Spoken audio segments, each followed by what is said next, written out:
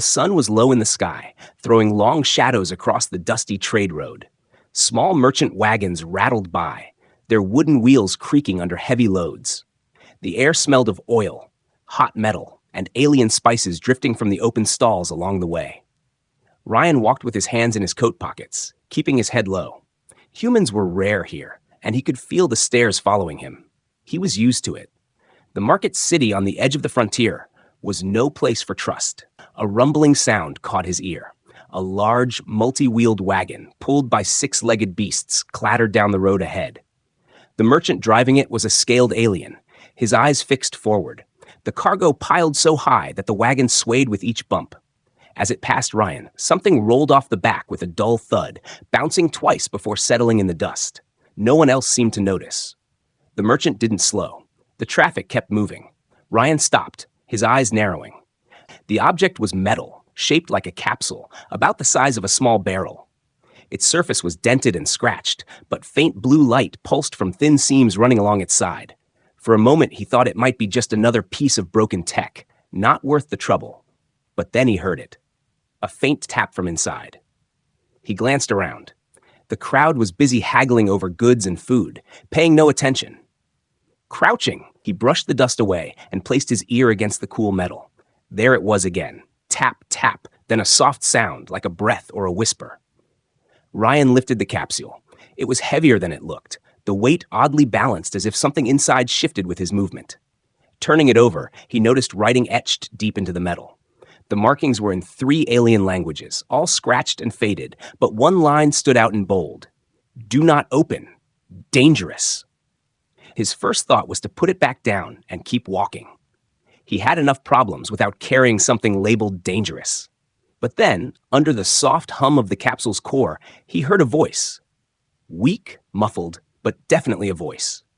It spoke only a few words, too quiet for him to understand, but the tone was clear, pleading. A breeze kicked up, lifting dust into his eyes. When he wiped them clear, he noticed something else, 2 armored figures down the street, scanning the crowd. They carried shock rifles and wore the Merchant Guild's crest on their shoulders. They weren't looking for trouble. They were looking for something, or someone. The capsule's glow seemed brighter now, as if reacting to his touch. Ryan's pulse quickened. He pulled his coat open and slid the capsule under it, holding it tight against his chest. The weight pressed into his ribs, the hum deepening, almost like a heartbeat. He didn't know why, but he felt certain that handing this over to the guards would be the wrong choice. He turned away from the road and slipped into a narrow alley between 2 storage sheds. The air here was damp, smelling of mold and rotting fabric.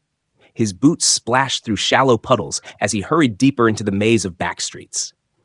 Behind him, the sound of the merchant's wagon faded, but the image of it driving away burned in his mind. Whoever had dropped this capsule hadn't cared enough to stop for it. After several twists and turns, he reached a quieter part of the city, where abandoned buildings leaned into each other like tired old men. Here, he set the capsule down for the first time. The metal was cold against his fingers, but it vibrated faintly, as if something alive inside shifted in its sleep. He tapped the side gently. This time, the reply was clear, a weak, fragile knock from the inside. Followed by a voice, barely audible, speaking in a language he didn't know. Yet somehow, he understood one thing. It was a plea for help. Ryan's throat tightened. He crouched closer, whispering, "Who's in there?" But no answer came. The voice had gone silent again. He looked toward the far end of the alley, scanning for movement. The guards could be anywhere. If they caught him with this, he didn't even want to think about it. A distant shout echoed through the alleys. Heavy boots pounded the stone streets somewhere nearby. Ryan lifted the capsule again and pressed it to his chest. He could feel the faint tremor of life inside. Whatever was in there wasn't just cargo. It was someone. He made a quick choice. Turning toward the lower district, where the streets wound like tangled rope, he began to move. The capsule seemed heavier now, and the light from its seams painted faint blue streaks across his coat. The noise of the city faded behind him, replaced by the pounding of his own heartbeat and the whisper of that one desperate voice in his mind. He didn't know what he was carrying, or why it had fallen from the merchant's wagon. But he knew one thing for certain. He couldn't leave it behind. Rain poured hard against the cracked windows of the small room, tapping like impatient fingers. The dim yellow light from a single lamp filled the place, casting long shadows across the peeling walls. Ryan sat on the creaky bed, his coat and boots soaked from the night streets. The capsule rested on the old wooden table, its blue seams glowing faintly in the gloom. He had spent the last hour staring at it, wondering what to do. A sudden hiss of air made him turn his head. The capsule's glow brightened, and a thin line split along its surface, opening just enough for a soft voice to slip out. It was weak, almost too faint to hear over the rain, but the words were clear now. She spoke in an alien language he didn't know, yet the tone carried a sense of fear and exhaustion. Then, as if she had gathered all her strength for that moment, she said a single word in his language. Leora. Her voice cracked and faded like a dying ember. The slit closed again, the blue light dimming until only a faint pulse remained. Ryan leaned closer, his breath slow. Leora? Was it her name? He reached out to touch the capsule, but the metal was colder than before, like ice on his fingertips. He didn't have time to think about what it meant, because that was when he heard it. A deep thud from somewhere in the building, followed by heavy boots on the wooden floorboards above. They weren't careful steps. They were searching. Ryan's heart kicked hard against his ribs. He stood, grabbed the capsule, and moved to the back wall. The boots grew louder, now joined by muffled voices. One of them barked an order in a sharp alien tongue. He didn't understand the words, but the tone was enough to tell him they were not here to talk. The old window frame groaned as he pushed it open. Cold rain slapped against his face. He glanced over his shoulder just as the door to his room shuddered under a hard kick. The thin lock splintered. He climbed onto the sill. The capsule held tight under his arm and jumped. He landed in a narrow alley behind the inn, his knees aching from the drop. The rain made the cobblestones slick, but he didn't stop moving. Behind him, the upstairs window lit up with a flash as someone leaned out, scanning the street below. Shouts rang out, echoing off the wet walls. Ryan ducked into the shadows, his breath coming fast. The capsule felt heavier than before, almost dragging his arm down, and the glow from its seams was brighter now, enough to risk giving away his position. He pulled his coat tighter around it, hiding the light, and moved quickly toward the maze of side streets. Somewhere to his left, boots splashed in puddles. They were closing in. He cut right into an even narrower passage, the smell of wet garbage heavy in the air. A metal gate blocked his path, rust eating away at its hinges. He rammed his shoulder into it, and the hinges groaned before giving way. He slipped through, letting the gate fall shut behind him. The sound of the rain muffled in this part of the alley, replaced by the low hum of a power conduit running along the wall. Ryan pressed himself against the damp bricks, listening. The guards passed the gate, their shadows sliding across the far end of the alley before disappearing. For a moment, it was just him, the rain, and the soft hum of the capsule against his chest. But then, from the darkness behind a stack of crates, a voice spoke. Calm. Measured. You run well for someone who doesn't know who he's carrying. Ryan spun, his hand going to the small blade at his belt. A figure stepped into view, the hood of a dark cloak casting his face in shadow. The shape was human, tall, broad-shouldered, but the way he moved was silent, predatory. Who are you? Ryan asked, tightening his grip on the blade. The man ignored the question. That capsule belongs to someone powerful. You should hand it over before you draw more trouble than you can survive. I'm not giving it to you. The man tilted his head slightly, as if studying him. Brave or foolish? His gaze dropped to the capsule under Ryan's coat. Do you even know what's inside? Ryan didn't answer. He turned away and began walking toward the far end of the alley, but the man's voice followed him. They'll keep coming. Not just the merchant's men. Others. Worse. A chill went through Ryan's spine, but he didn't slow down. The man's words might have been a warning or a threat. Either way, he couldn't trust him. He slipped back into the wet streets, the rain quickly soaking through his coat again. Lanterns swayed in the wind, their dim light barely touching the deep shadows between buildings. Somewhere far off, he could still hear the muffled shouts of the guards.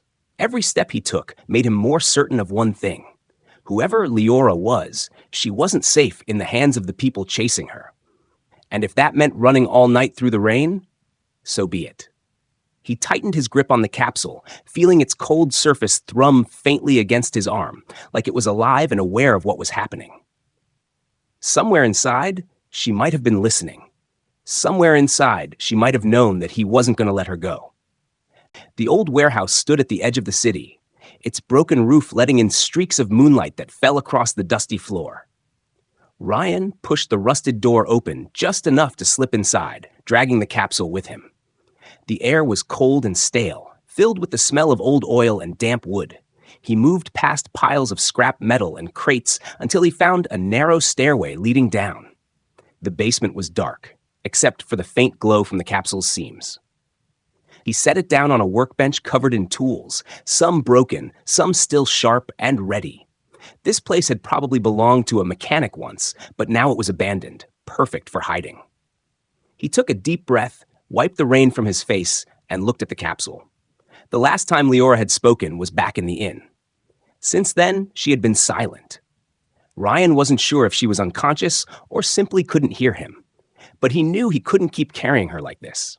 Whatever was chasing them wasn't going to stop, and she wouldn't survive locked inside forever. He grabbed a small cutting torch from the table, turning it over in his hands. The capsule's metal looked stronger than anything he had worked with before. It wasn't just steel, it was some kind of alloy he couldn't name. Still, he had to try. He lit the torch, the flame hissing in the silence, and pressed it to the seam. The metal glowed red, resisting at first, then began to soften. A muffled sound came from inside. Weak but alive. He worked faster, sparks falling onto the floor. The heat made the capsule vibrate, and the blue glow along its edges grew brighter, almost too bright to look at. Finally, with a loud hiss, the seam split open, and a panel fell away. Inside, curled up like she had been hiding from the world, was the alien girl. Her skin was pale with a soft silver sheen, and strange markings ran across her arms and face, shifting slowly like waves of light. Her eyes fluttered open, revealing a deep violet color that seemed to glow faintly in the dark. For a moment, she just stared at him, breathing heavily. Then her lips parted. "You are not them," she whispered, her voice trembling. Ryan shook his head. "No, who are you?" She swallowed hard. "Leora, I was taken." Her eyes darted around the room, fear still etched into her face. "They wanted to sell me to someone powerful." Ryan clenched his jaw. "The merchant?" She nodded weakly. "And others. They told my family I was dead." He felt a wave of anger rising. Whoever she wasn't just another prisoner. Her clothing, or what was left of it, looked like it had once been fine and royal. Her markings, the glow in her eyes, the craftsmanship of the capsule, all of it screamed that she came from somewhere important. He was about to ask her more when the floor above them groaned. Dust fell from the ceiling. Leora's head snapped toward the stairs, her eyes wide. "They found us," she whispered. Ryan killed the torch, grabbed his blade, and moved toward the bottom of the stairs. The first loud crash came a second later as the warehouse door above was kicked in. Boots stomped across the floorboards. The sound of something heavy being dragged echoed through the building. Then a deep, unfamiliar voice called out, "We know you're here. Give us the girl, and we'll let you walk away." Ryan glanced at Leora. She shook her head violently, her hands clutching the edge of the workbench. He stepped back, scanning the basement for another way out. There was only a narrow vent on the far wall, half covered by a sheet of rusted metal. If they had more time, maybe they could slip through it, but the footsteps were coming down the stairs now. The first man appeared, a huge alien guard with skin like stone and a shock rifle in his hands. Behind him came another, human this time, his face half hidden by a scarf. His eyes locked onto Ryan. "Well," the man said with a cold smile, "you made this difficult." Ryan recognized him instantly. It was the cloaked figure from the alley. "You're working with the merchant," Ryan said. The man chuckled. "Working for myself, but right now our goals match, so hand her over." Ryan tightened his grip on his blade. "Not happening." The man sighed as if Ryan had just made a predictable mistake. "Then you won't be leaving this room alive." The alien guard raised his rifle, but before he could fire, Ryan grabbed the nearest thing within reach, a metal pipe, and swung hard at the light above them. The bulb shattered, plunging the basement into near darkness, the only illumination coming from Leora's faint glow. The guard hesitated for a second, giving Ryan the opening he needed. He slammed the pipe into the guard's rifle, knocking it aside, then drove his shoulder into the man's chest. The impact sent them both crashing into a pile of crates. The cloaked man moved forward fast, a blade flashing in his hand, but Ryan kicked over a heavy tool chest, sending it sliding across the floor into his legs. The man stumbled, but didn't fall, his eyes cold and fixed on Ryan. "You can't protect her," the man said, his voice low and steady. "There are more coming. You don't even know what she is." Ryan didn't answer. Instead, he used the chaos to grab Leora's hand and pull her toward the rusted vent. She moved slowly, still weak from her time in the capsule, but her eyes burned with determination. The cloaked man lunged, but Ryan shoved Leora through the vent opening, ignoring the scrape of metal against his arms. The man's blade slashed the air where Ryan's shoulder had been a moment before. Ryan followed her into the narrow tunnel, the sounds of pursuit echoing behind them. He didn't know where the vent led, only that it went away from the warehouse. And right now, away was the only direction they could afford. The vent was narrow and cold, the metal walls scraping against Ryan's shoulders as he crawled forward. Leora moved ahead of him, her breathing uneven but steady. The faint light from her skin lit the cramped space just enough for him to see. Behind them, the sound of boots and metal echoed faintly. The cloaked man and the alien guard were still in the warehouse, searching. For now, they didn't know where the vent led, but Ryan knew it wouldn't take long for them to figure it out. The tunnel opened into a small storage room smelling of rust and damp wood. Ryan pulled himself out, then helped Leora to her feet. The walls were lined with broken shelves, and the only door was hanging loosely from one hinge. Outside, the city's night air was thick with mist, the rain finally slowing to a drizzle. Somewhere far off, a bell rang from the watchtower, warning of trouble in the market district. They moved quickly through the back alleys, keeping to the shadows. Leora leaned against him for support, her steps shaky but determined. "You shouldn't have helped me," she whispered at one point. "They won't stop, not until they have me."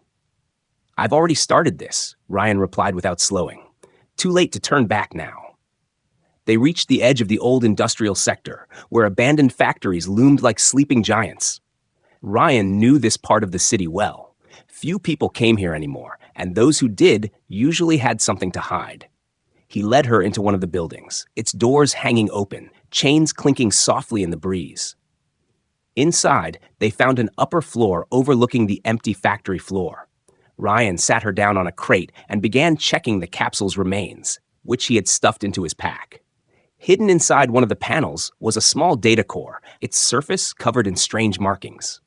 "What's this?" he asked. Leora's expression darkened. "Proof, records of every child they've taken, not just from my world, dozens of others. They keep them as property." Ryan turned the data core over in his hands, anger tightening in his chest. "If we get this to the right people—" "We won't," Leora interrupted, her voice sharp. "The right people are already paid to look away. The merchant's reach is long. Even my family, they may not help you if they think it's safer to leave me dead." Before Ryan could respond, a soft sound came from below. A slow, deliberate set of footsteps echoing off the concrete. Someone was inside. Ryan signaled for Leora to stay quiet. He crept toward the railing and peered down.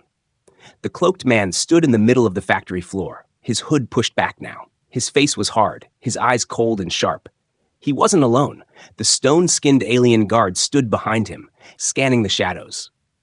"I know you can hear me," the man called, his voice steady, almost calm.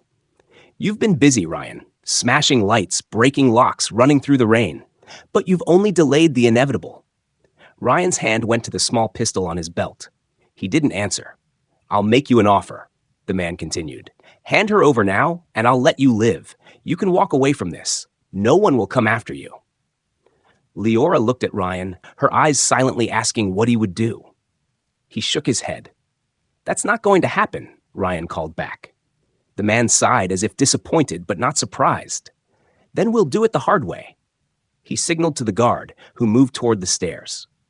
Ryan stepped back, searching for a plan. The upper floor had one exit, a narrow catwalk leading to another stairwell. He grabbed Leora's hand and ran for it. The guard's heavy boots pounded up the main stairs behind them.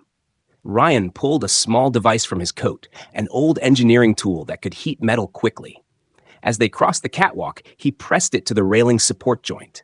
The metal glowed red, weakened, and when the guard set foot on it, the structure groaned. With a sharp crack, the railing gave way, sending the guard crashing to the floor below with a roar of pain. They didn't stop. Reaching the far stairs, they descended into a side corridor lined with rusted pipes.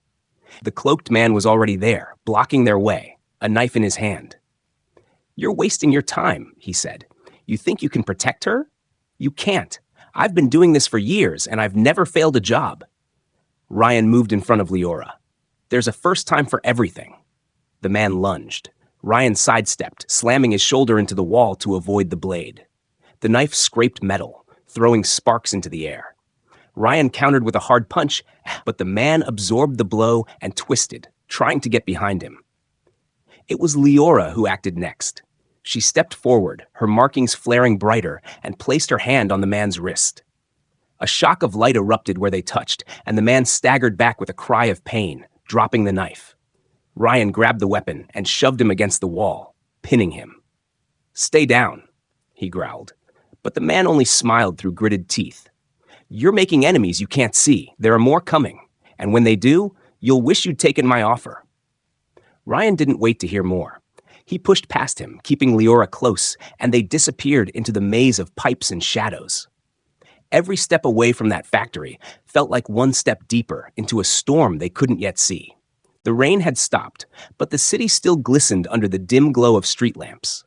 Water dripped from rooftops into the dark alleys as Ryan led Leora deeper into the outskirts, far from the crowded market roads.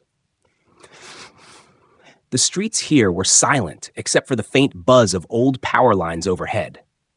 He knew they couldn't keep running without a plan, and he needed to understand exactly what they were up against. They slipped into a scrapeyard, the entrance half hidden behind a collapsed fence. Inside, towers of rusted metal, broken machinery, and forgotten ship parts rose around them like jagged cliffs. The smell of old oil and damp metal filled the air. Ryan found a corner sheltered by a leaning stack of crushed cargo crates, where they could rest without being easily spotted. He set down his pack and pulled out the damaged capsule's remains. One side of the metal shell had been badly dented from when it fell off the merchant's wagon, and the seams were twisted from his earlier attempt to open it. He ran his fingers over the inside panels until he found the hidden compartment again. With a bit of pressure, it clicked open, revealing the small data core he had discovered earlier. "This," Ryan said quietly, "is more than just your records, isn't it?" Leora sat beside him, her violet eyes dim but steady. "It's everything. Every shipment. Every name. Hundreds of stolen children from at least 12 worlds. The merchant keeps them hidden in cages until he finds the highest bidder. Some never make it to the sale." Her voice cracked at the last words, but she didn't look away. Ryan turned the core in his hand. It was warm now, humming faintly like it was alive. "If this gets out, they'll kill you before you can even show it," Leora said. "You don't understand, Ryan. The merchant is only a piece of something bigger. He works for a network that has roots in every major trade city. The governors, the guards, even some of my own people, they profit from this." Ryan frowned. "So if we can't trust the law, and we can't trust your family, who can we trust?" She hesitated before answering. "There's a free station at the edge of the outer belt. It's not under their control. If we can reach it, the information will be safe. But getting there..." She trailed off, as if the path ahead was too dangerous to put into words. The quiet of the scrapyard was broken by a sudden clang of metal from the far side. Both of them froze. Ryan quickly slipped the data core into his coat and signaled Leora to stay behind him. He moved silently between the piles of scrap, his boots crunching lightly on gravel. When he rounded a corner, his eyes met the merchant. The alien's scaled face twisted into a smile, his yellow eyes glinting in the faint light. 4 armed guards flanked him, their shock rifles already raised. "You've caused me quite a loss," the merchant said, his voice low but filled with venom. "And you've taken something that doesn't belong to you." Ryan's grip tightened on his blade. "She's not yours to sell." The merchant tilted his head. "You think you're rescuing her? You're just stealing her from one owner to give to another. That's all humans ever do. Take what's valuable and pretend it's noble." Leora stepped out from behind the crates, her markings glowing faintly. "You destroyed lives for profit," she said, her voice shaking with anger. "And you will answer for it." The merchant laughed, a dry, sharp sound. "You think your words matter? Do you think anyone will punish me? Your family paid me to remove you from the line of succession. You were worth more to them gone than alive." The words hit Leora like a blow. Her knees weakened, but Ryan caught her before she could fall. "He's lying," Ryan whispered, though even he wasn't sure if it was true. The merchant stepped closer. "Hand over the girl and the data core, and I might let you leave breathing." Ryan didn't move. Instead, his eyes flicked toward a stack of unstable scrap above the merchant's head. Slowly, without drawing attention, he shifted his foot toward a loose pipe on the ground. In one sudden motion, he kicked the pipe into the pile. The metal shifted with a loud groan before collapsing. Heavy beams and panels crashed down, forcing the guards to dive out of the way. Dust and sparks filled the air. "Run!" Ryan shouted, pulling Leora toward the far side of the yard. They weaved between jagged metal towers, the sound of the merchant's angry roar echoing behind them. A blast from a shock rifle hit a nearby heap, sending shards of hot metal spraying in all directions. They reached the fence at the edge of the yard. It was high, but the rust had eaten through parts of it. Ryan shoved Leora through a gap, then followed, tearing his coat on the sharp edges. On the other side, they stumbled into another narrow street, hidden from the main road. They didn't stop running until the scrapyard was far behind. Finally, they ducked into the shadows of a collapsed building, breathing hard. Leora leaned against the wall, her eyes still wide from the merchant's words. "Was he telling the truth?" she asked softly. Ryan looked at her, then shook his head. "Right now, it doesn't matter. What matters is keeping you alive and getting that core to the free station." She nodded slowly, though he could see the doubt in her eyes. The night air was cold, and the city around them seemed quieter than before, as if holding its breath. Ryan knew the merchant would not stop. The chase had only just begun, and now they were not only running from his men, they were running against time. The sky above the city was a deep, restless gray, the air heavy with the scent of ozone from the spaceport's docking bays. Ryan and Leora moved quickly through the outer lanes, keeping their heads low as ships came and went, their engines rumbling like distant thunder. The massive port was alive with noise, merchants shouting prices, mechanics yelling over machinery, and the sharp hiss of refueling lines locking into place. Every step they took felt like walking on a stage with too many eyes watching. They had reached the final barrier between them and the only ship Ryan could still use, his old cargo hauler, patched together with years of repairs. It wasn't fast, but it could get them off the planet. The problem was, the merchant's men had beaten them to the docks. The docking bay was surrounded by guards in black armor, their weapons slung casually but ready to fire. At the far end, the merchant himself stood by a cargo lift, speaking with a tall figure in a command coat, likely a Port Authority officer. Ryan guessed money was changing hands, buying time to close the trap. Leora's voice was barely above a whisper. "We can't fight them all." "No," Ryan said, his mind racing, "but we can make sure they don't get what they came for." He reached into his coat and pulled out a small pouch containing a set of explosive charges. Old mining tools, simple but powerful. He had kept them for emergencies, and this was as close to desperate as it got. "What are you doing?" she asked, her eyes narrowing. "If we can't take off, we'll make sure they lose more than we do." He nodded toward the cargo hold of his hauler. "That's where they keep the captives. I saw the manifest when I first landed. We blow the hold open. Every prisoner walks free. The merchant loses everything."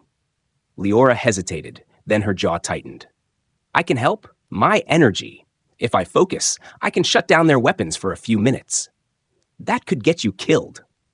Her expression was fierce now. "So will doing nothing." They slipped into the shadows of a service corridor that wrapped around the docking bay. The hum of the ship's power core vibrated through the metal walls as they crept closer to the hauler's loading ramp. The guards stood in groups, their attention mostly on the merchant, who was still arguing with the officer.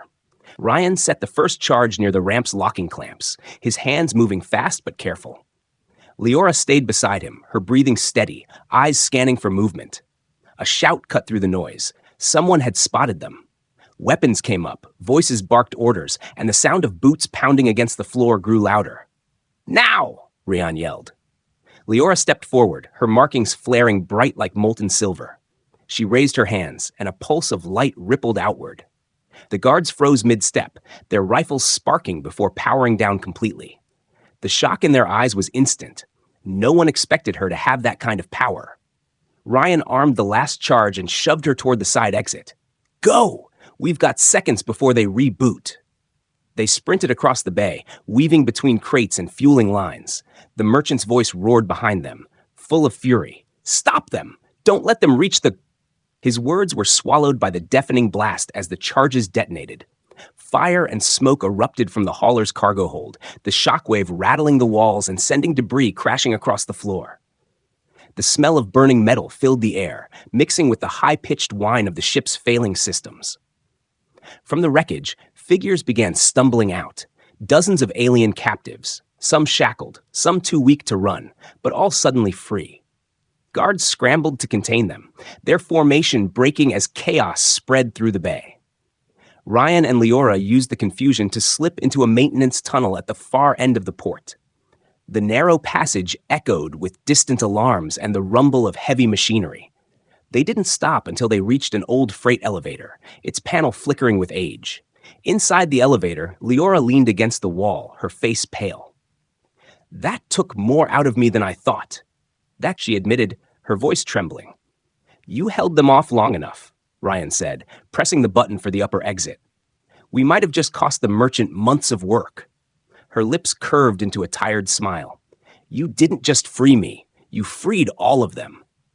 Before Ryan could answer, the elevator shuddered violently. A loud clang echoed from above, and then the lift jolted to a stop between levels. He glanced upward through the grated ceiling. Someone had cut the cables. The hatch above burst open, and a figure dropped in. The cloaked man from before, his blade already in hand, landed silently between them. His eyes were cold, fixed on Leora. "You've been difficult to catch," he said softly, "but this ends here." Ryan lunged first, his fist connecting with the man's ribs. The cloaked figure barely flinched, swinging his blade toward Ryan's side. Leora shouted, her markings flashing again, and a thin arc of energy lashed out, striking the man's arm. He hissed in pain, but instead of retreating, he slammed Ryan into the elevator wall. The cramped space left no room to maneuver. Ryan caught the next swing with his forearm, pain shooting through him, but he managed to twist the blade away. He drove his knee upward, forcing the man back a step. Leora seized the moment, pressing her glowing hand to the floor. The metal groaned before suddenly buckling, dropping the cloaked man through a jagged hole into the empty shaft below. They both stood frozen for a second, breathing hard, listening for the sound of him hitting the bottom. It never came. Only silence. Ryan looked at her. "He's not dead. He'll be back." "I know," she said. Her voice was steady now, but her eyes carried the weight of what was coming. The elevator's emergency lights flickered on, and the machinery groaned back to life, carrying them slowly upward. As the doors opened to the night air, Ryan felt the tension in his chest ease just slightly. But deep down, he knew they had just lit a fire the merchant and his allies would never forgive. The night sky above the city glowed faintly with the light of distant ships, their trails painting thin silver lines across the darkness. Ryan and Leora stood at the edge of the spaceport's landing field, the cold wind tugging at their clothes. The elevator fight had left them both sore and exhausted, but they couldn't stop now. Somewhere beyond the port, salvation waited in the form of a royal cruiser, Leora's family's vessel. Whether it would be a rescue or another trap, Ryan didn't know. They moved carefully along the shadowed perimeter, avoiding the main gates. The chaos from the explosion earlier still echoed in the port. Sirens wailed in the distance, and guards shouted orders to each other over the crackle of comms. The merchant's voice carried above it all, full of rage, demanding that the search continue until the human and the girl were caught. A sleek silver ship stood out among the bulky freighters and cargo haulers. Its design was unlike anything else in the port, elegant curves, polished hull, and an insignia of a star wrapped in a crescent. Leora's eyes softened when she saw it. "That's my family's crest," she whispered. They didn't have much time. Moving quickly, they crossed the open field, slipping between rows of containers until they reached the cruiser's side ramp. Two armored figures stood guard, their weapons low but ready. As Ryan and Leora approached, one of the guards raised a hand. "Identify yourselves," the guard said, his voice muffled by his helmet. Leora stepped forward, lifting her chin despite her exhaustion. "I am Princess Leora of the House of Vera. This man saved my life. Lower your weapons." There was a pause. Then both guards straightened sharply, their rifles snapping to their shoulders in a salute. One of them touched his comm. "Inform the captain. The princess has returned." Moments later, the ramp lowered fully, and a tall woman in silver armor appeared. Her face was stern, but her eyes flickered with relief at the sight of Leora. "Your Highness," she said, bowing slightly. "We thought you were lost." "Not lost," Leora said, glancing at Ryan. "Found." They boarded the cruiser, the hum of its engines vibrating under their feet. Inside, the corridors were bright and polished, lined with banners bearing Leora's crest. But Ryan's instincts kept him on edge. The merchant's words from the scrapyard still echoed in his mind, claims that Leora's own family had ordered her removal. He didn't know if they were lies meant to break her or truths she refused to see. The captain led them to a private chamber. "Your Highness, the king and queen will want to speak with you at once. But first, this man." She looked Ryan up and down. "You have done the royal house a service, human. Name your reward." "I'm not here for a reward," Ryan said. "I'm here to make sure she's safe, and to make sure this," he pulled the data core from his coat, "reaches someone who will use it to shut the merchant down." The captain's expression shifted when she saw the core, a flicker of recognition passing across her face. "That information is dangerous." "Good," Ryan replied. Before the captain could speak again, the chamber doors slid open. Two figures entered, an older man with sharp eyes and a tall crown-like headpiece, and a woman whose poise radiated quiet authority. Leora froze for a moment, then stepped forward. "Father, mother." The queen crossed the room in 3 quick steps, wrapping her daughter in a fierce embrace. "We thought we had lost you," she whispered. The king's gaze fell on Ryan, then on the data core in his hand. "You risked much for her. And for that, I owe you thanks. But the core, give it to me." Ryan didn't move. "With respect, Your Majesty, I need to know it will be used to stop the merchant's network, not buried." The king's jaw tightened. "You question my word? I question everyone's word," Ryan said evenly. "Too many people have a reason to keep those children hidden." The queen's eyes narrowed slightly, studying him. "You have seen more than most would survive. Perhaps you have earned the right to speak plainly." Leora stepped between them. "This man saved my life more than once. He also freed dozens of others from the merchant's hold. If we destroy the core or hide it, we let the network live." There was a long silence. The king finally nodded once. "Very well. The core will be delivered to the Outer Belt Council. They have no ties to the merchant. They will act." Relief flickered in Ryan's chest, but he still caught the small glance the captain exchanged with the king. Something cautious, unreadable. A sudden tremor shook the cruiser, followed by the sharp blare of an alarm. The captain's voice came through the ship's comm system. "Enemy vessel approaching. Merchant's flagship. They've locked weapons." The queen's hand went to Leora's shoulder. "Stay here." But Ryan was already moving toward the door. "If they boarded once, they'll do it again. This time, they'll come for her directly." The king's voice was steady. "Then we make sure they never set foot on this ship." The cruiser roared to life, its engines burning bright as it lifted from the landing field. Outside, the merchant's massive ship loomed, its dark hull bristling with cannons. The first volley of fire lit up the sky, but the cruiser's shields flared, holding strong. In the command deck, Ryan stood beside Leora, watching the battle unfold. The captain's orders were sharp and precise, the crew moving like a single machine. But the merchant's ship was relentless, matching every maneuver. "Target their engines," the captain ordered. "We end this chase here." The cruiser's weapons locked on, firing a concentrated barrage. The merchant's flagship shuddered, its rear thrusters erupting in flames. In moments, it began to drift, powerless, as the cruiser pulled away into open space. Only then did Ryan allow himself to breathe. The danger wasn't gone. Men like the merchant always found a way back. But for now, Leora was safe.